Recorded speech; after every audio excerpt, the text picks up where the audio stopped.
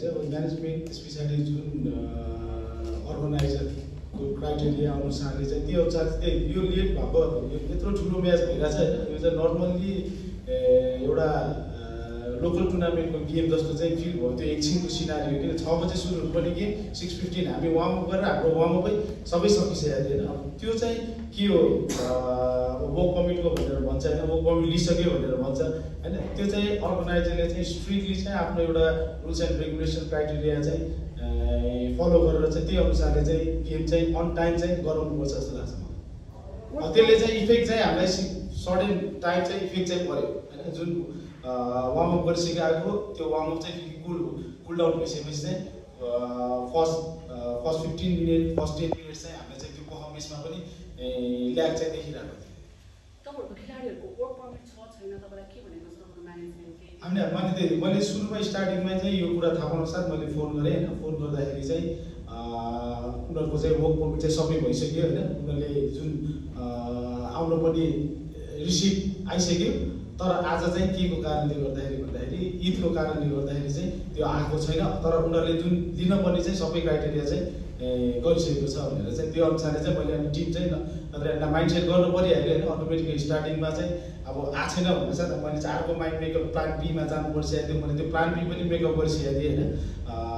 तर फाइनल्ली त्यो गेम चाहिँ भयो। तर यो चाहिँ जुन हुनुपर्ने थियो त्यो चाहिँ एकदमै नराम्रो त्यो सिचुएसन चाहिँ एकदम नराम्रो चाहिँ देखिरहेको थियो फर्स्ट स्टार्टिङमा। तपाईहरुको त आयो भन्ने ल लास्टमा चाहिँ अब यही सिचुएसन यही विवादको कारणले गर्दाखेरि चाहिँ ओपराले चाहिँ कागजात नभएको संशोधन नआएको खेलाडी दिनौँला खेलायो। यसमा चाहिँ तपाईको भनाइ के छ? अब नर्मल्ली त्यो त सबै हेर्नुपर्ने चाहिँ एज अ कोच मैले भन्दाखेरि पनि होइन, त्यो चाहिँ मैले म्यानेजमेन्टको थ्रुबाट अगाडि अब जो अर्गनाइजरले सबै हेर्नुपर्ने चिजहरू हो। अब त्यतातिर चाहिँ मैले लाग्दैन। मैले चाहिँ लिस्ट आउट आउँछ प्लेइङ 11मा हामीले एउटा माइन्ड मेकअप गरिसकेका हुन्छ। त्यस पछाडि अपोनेन्टको चाहिँ को प्लेयर छ त्यो अनुसारले चाहिँ हामीले चाहिँ माइन्ड मेकअप गर्ने हो एज अ कोचको हिसाबले चाहिँ होइन। त्यो चाहिँ म्यानेजमेन्टको पक्षबाट चाहिँ सायद मिलाएर नै सायद खेलाएको होला सायद। तपाईहरुलाई आयोजनले नियमावली दिइराखेको छ अनि जसरी यो विवाद आइरहेको छ पछिल्लो समय आइरहेको छ सुरुदेखि, तर चित्र देखेर आउँछ। तर आज चाहिँ देखेर मैदानमा गेमै अगाडि ढिलो भइसकेको छ। नेपाली फुटबल जुन अवस्था त झन् घट्ने अवस्था अथवा के देख्नुहुन्छ यसले चाहिँ अलिकति?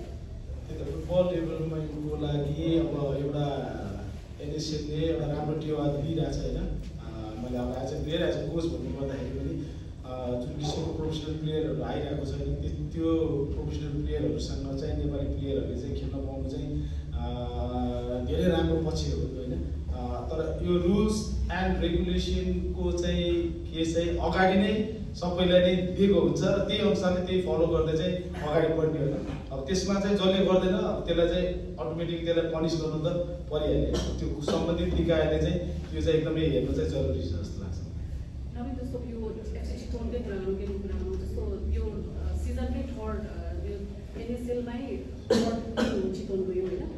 यो फर्स्ट स्टार्टमा र अहिलेसम्मको एनएसएलको स्टार्टिङ चाहिँ जितबाट चाहिँ पहिलोपटक चितवनले गरेको छ। त्यो हिसाबले यो पटक चितवनको यात्रा कहाँसम्म पुग्छ जस्तो लागेको छ आफ्टर दिस म्याच? नर्मली प्लेयरहरूको क्वालिटी अनि मैले अस्ति पनि भने अवसरबाट जुन हामीले प्लेयर पाएको थियो हाम्रो जुन सोचेको थियो त्यही अनुसारको चाहिँ प्लेयरहरू पायो। फरेन प्लेयरहरू पनि त्यही अनुसारको चाहिँ हामीले पायो। मेन कुरा मैले अस्ति पनि भने बन्डिङमा चाहिँ एकदमै ध्यान दिइरहेको छु मैले होइन। बन्डिङ चाहिँ एकदमै राम्रो छ पक्ष। त्यो कारणले गर्दा अर्को चाहिँ भनेको हाम्रो बेस प्लेयर चाहिँ धेरै नै स्ट्रङ छ जस्तो लाग्छ मलाई होइन। त्यसले गर्दा पनि आज पनि पछि बेस प्लेयर गरेर चाहिँ एउटा आफ्नो पर्फर्मेन्स देखायो। त्यसले गर्दाखेरि पनि सेकेन्ड गोल विनको कारण पनि त्यही गयो। त्यो चाहिँ अब सिचुएसन अनुसारले चाहिँ फर्स्ट हाम्रो टार्गेट भनेको हाउ टु क्वालिफाई होइन फाइनल राउन्ड। अनि त्यस पछाडिको यात्रा भनेको फाइनलै हुन्छ। अब फाइनल जहाँसम्म लाग्छ यो टिम अहिलेसम्मको ओभरअल हिजो अस्तिको गेम हेर्दाखेरि चाहिँ हामी चाहिँ एउटा चाहिँ टफ क्यान्डिडेट चाहिँ हो जस्तो लाग्छ मैले देखिरहेको छु आजको पर्फर्मेन्सबाट।